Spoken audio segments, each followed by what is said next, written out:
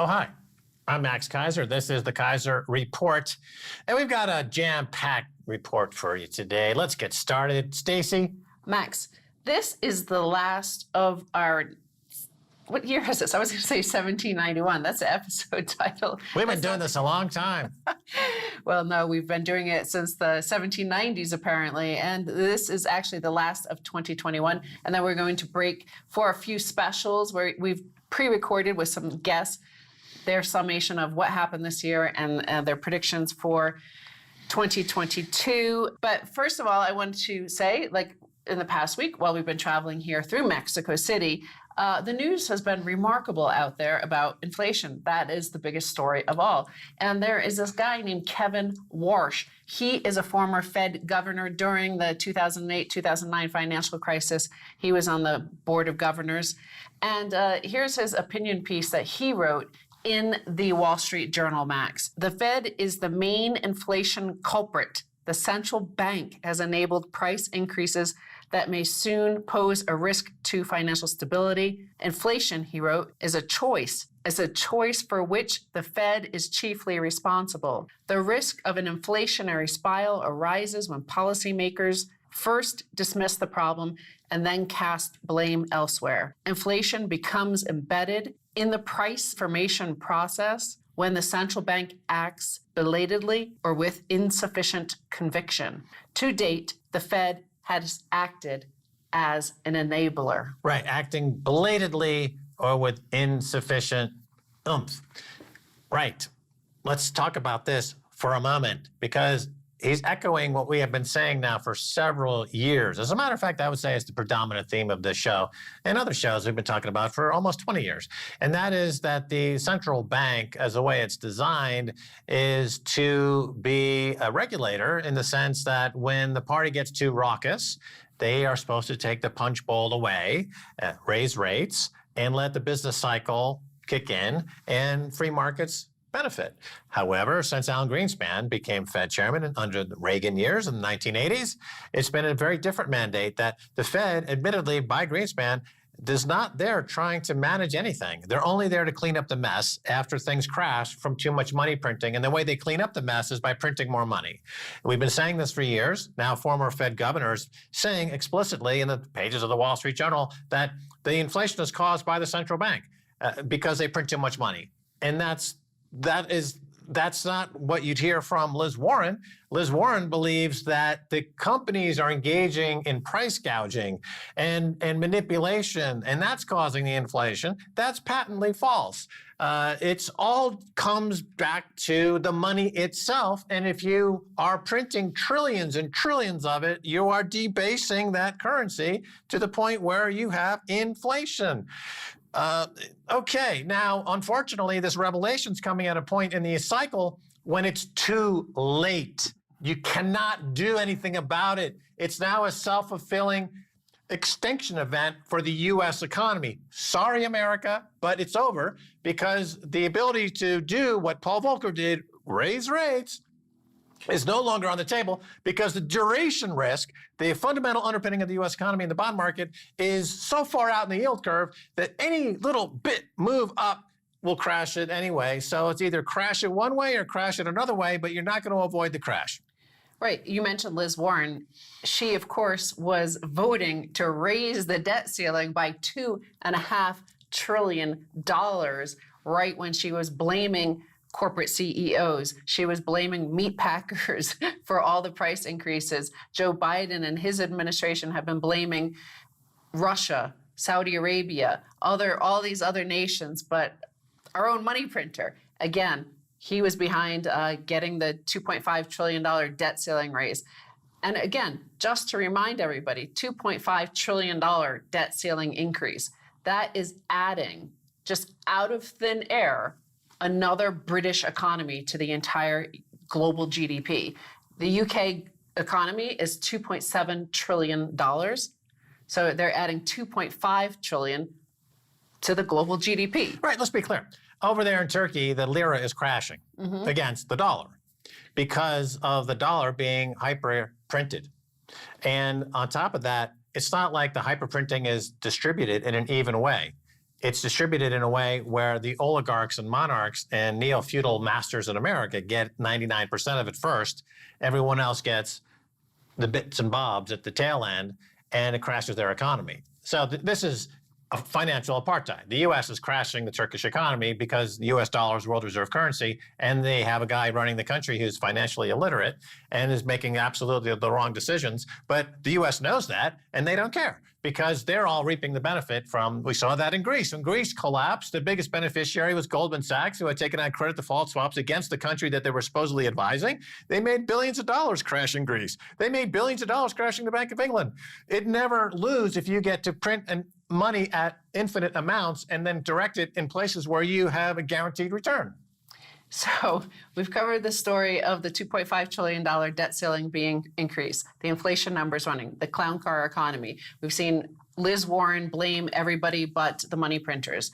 We've seen Nancy Pelosi in the past week argue that Congress should be allowed to insider trade because this is somehow free market economy. Remember, that's what we tell you all the time. Frederick Bastiat said when plunder becomes a way of life for the men at the top, they create the moral code and the legal system to justify it. That's what she's doing. The clown car economy based on hot air of money printing results in this sort of headline here that also happened in the past week as we were traveling here.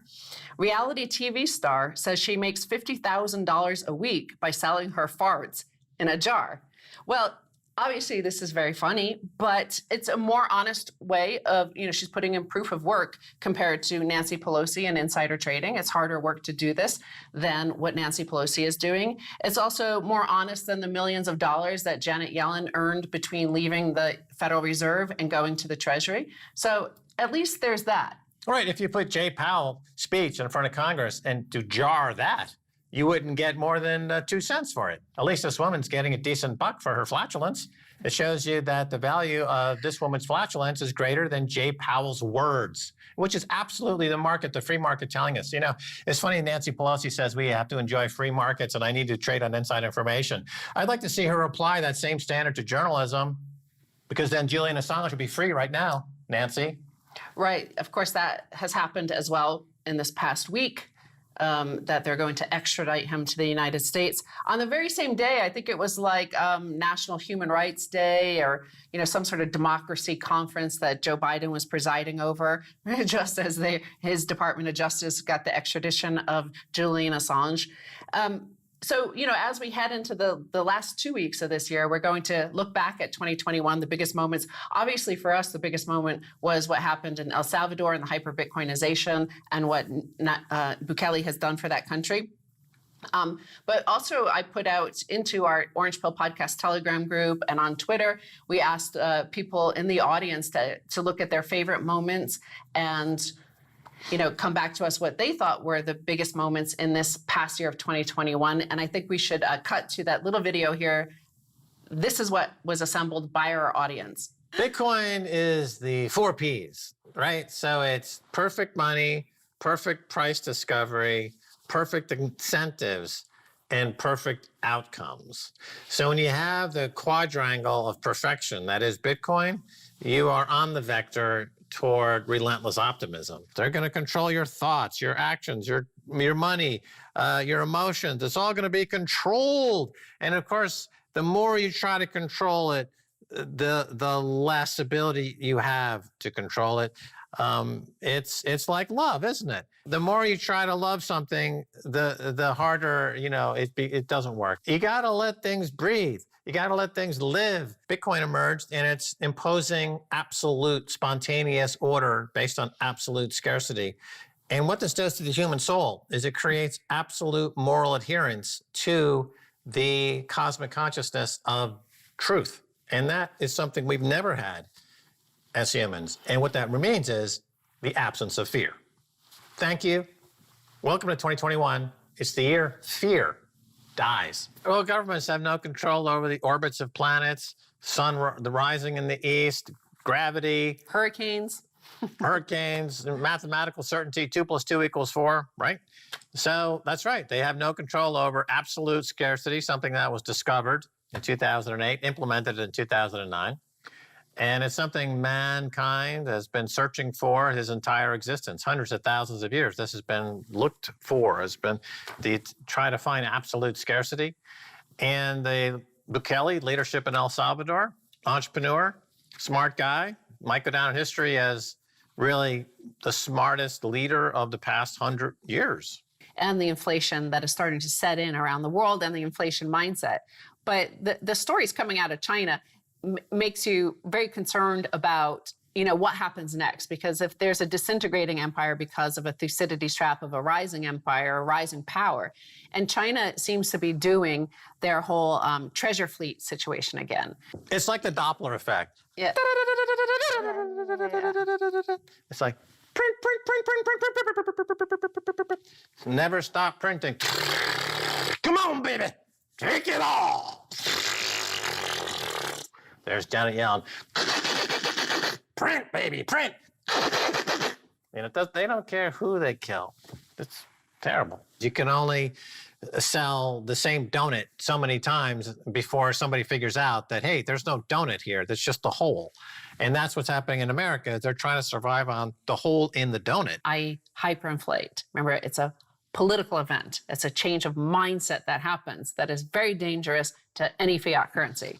They're in control. The banksters, the military-industrial complex, what morons and imbeciles call big pharma, how about drug dealers, and big tech. They're in control of everything. There is no freedom in America. We've been right for so many years, and there's just so many ways to demonstrate how we've been right. Yeah. Why don't they call, instead of quantitative easing, financial and monetary laxative? Yeah. You'd be lucky to get a lump of coal this Christmas with the inflation trends that they're going in this direction. Print, print, print. Grandma is being rationed some stuffing and gravy, and everyone else has to go without. So what I like there, these are some of the themes, the quadrangle of perfection that is Bitcoin. You are on the vector towards relentless optimism. That's what somebody had picked up. Obviously, Max had said that. And I think that's what we witnessed and we experienced in November when we went to El Salvador, and we're heading there now. We'll be going there now, and we'll be spending a lot more time there this year. So what do you think about that? The audience is brilliant to pick up on one of the things that I said as being a highlight of the year's content. Thank you, audience. I thank the Academy and the audience and accept the Quote of the Year award. Thank you. Well, they also pointed out that 2021 was the year that fear dies, because it did. It died. And, with the relentless optimism of hyper-Bitcoinization, I think we saw fear die, and that's a good thing. Adios, bye-bye. If you want to stay listening to your fear porn on the corporate mainstream media, then head over there. But for 2022, this is the place to be if you want to be happy. Yeah, no more fear porn. Just relentless optimism over here at the Keiser Report. That's what we like. I like it. All right, well, we're going to take a break. When we come back, much more coming your way.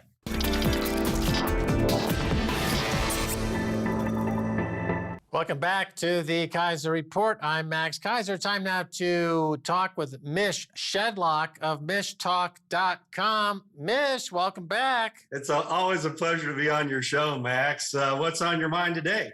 Mish, I have a few things on my mind. Let's talk about inflation. So this is a topic that economists and pundits love to talk about. Those of us who have been warning about it for a while, including yourself, are finally seeing some startling numbers out there. We're talking about a breakout of inflation that's pretty epic, Mish. CPI at 6.8%, producer price index at 9.6% from a year ago.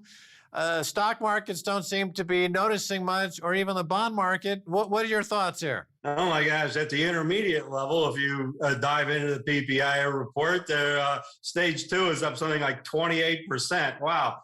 So, and the thing is, Max, all of these numbers are underreported. They're not overreported because they don't include housing. They don't include asset bubbles. The Fed doesn't count any of that stuff here. So you factor housing into the CPI. I've not done the latest numbers, but I'm pretty confident inflation is going to be something like 10%, if not a lot higher. So underinstated.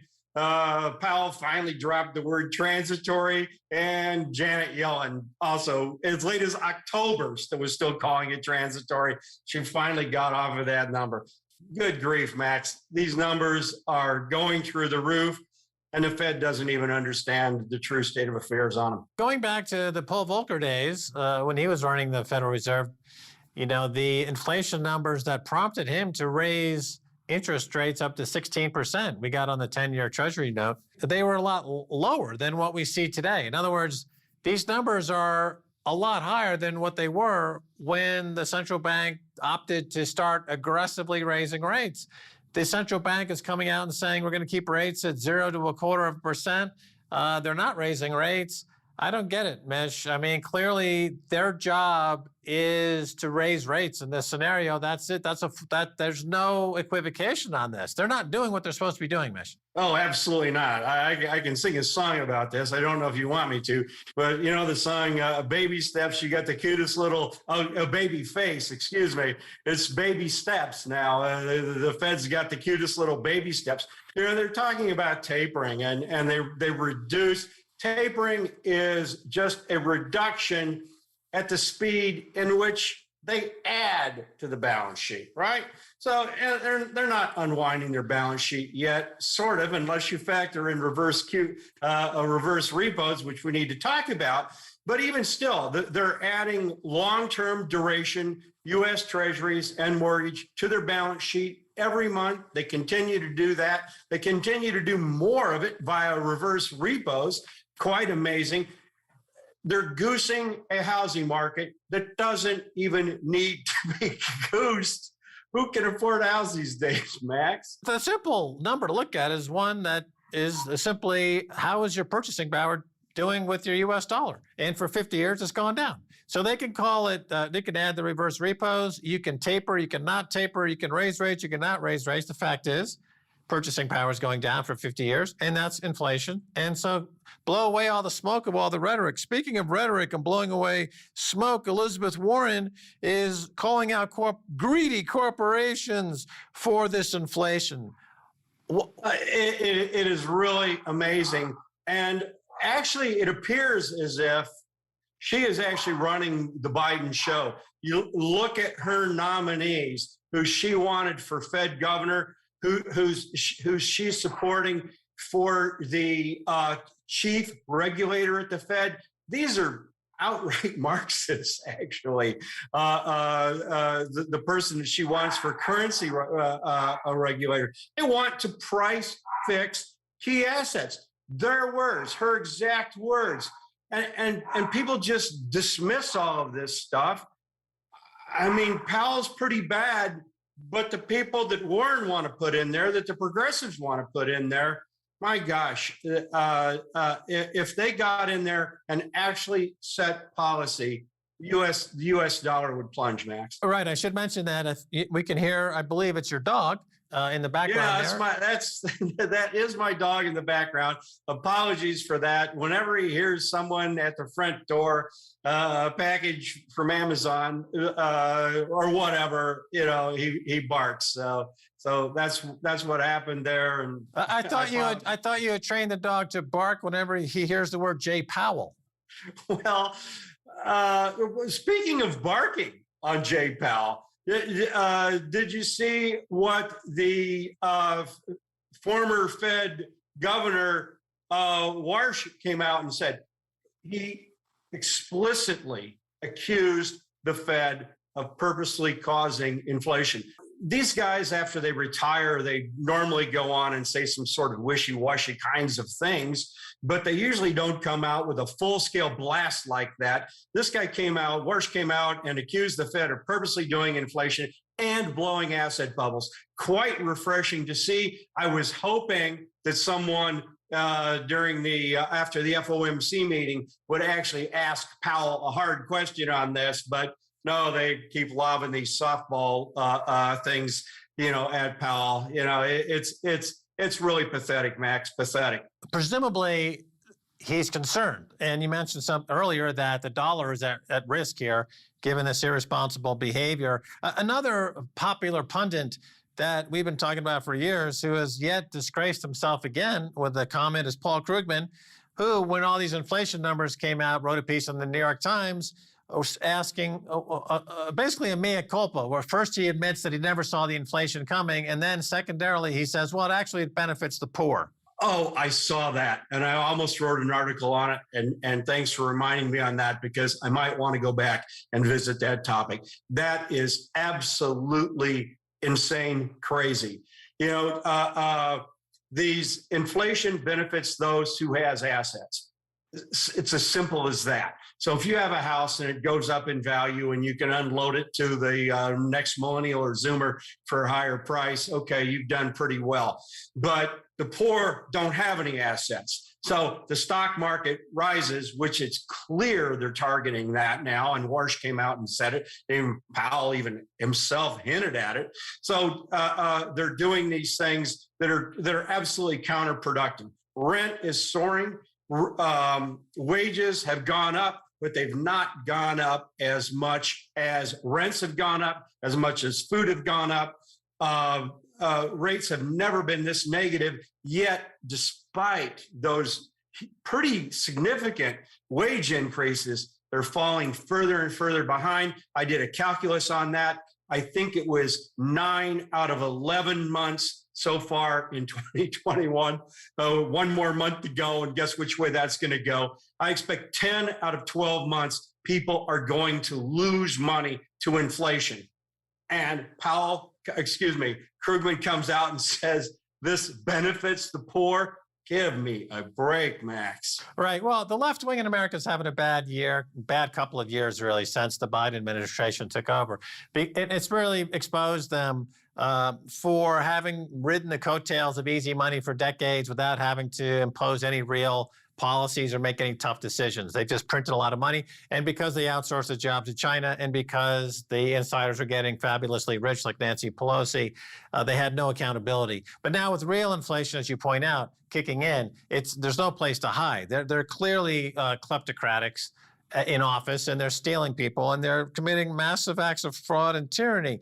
But let's look back, Mish. Okay, 2021, what stands out as the top 1 or 2 stories that you felt were defining of 2021, and looking ahead to 2022, what do you think we should look for? Well, it's the tapering talk. It's what the progressives are trying to do in Congress. That's actually key, and that has added to inflation. Fortunately, one person and one person alone, Senator Joe Manchin of West Virginia, has stood in the way of a huge, massive, they call it a $1.7 trillion package. We've seen accounting from 2 different places. Wharton was one, said it was really $4.5 trillion package. And we had the Congressional Budget Office, which is nonpartisan, who Biden has praised over the years, by the way, and is now suddenly critical of the Congressional Budget Office because it's not saying what he wants. They put the price tag of this at close to $5 trillion. So I think one of the key things for next year is they've already punted on this package. They for trying to get this $5 trillion package passed this year. Biden came out, I think it was yesterday, and said, we're looking ahead now to 2022. Looking ahead to 2022, does Powell really get in those rate hikes that they've penciled in? They've penciled in 3 rate hikes for 2022, 3 more rate hikes, Max, for 2023, and still more rate hikes for 2024. Max, they're not going to get in 9 hikes. I don't even know if they get any, but my guess would be maybe a couple hikes. But if you look at what the long end of the yield curve is saying, it's saying the Fed is hiking us into another recession, and it'll probably be a recession caused by the stock market bubble bursting. They're clearly manipulating the stock market up. If it goes, a lot of these inflation numbers are going to go right down with it. And pension funds are going to get smashed. Illinois is already insolvent.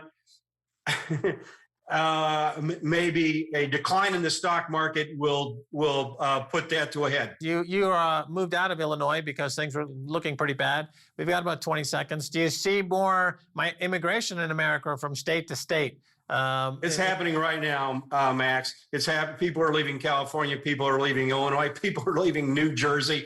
So people are going to leave New York also.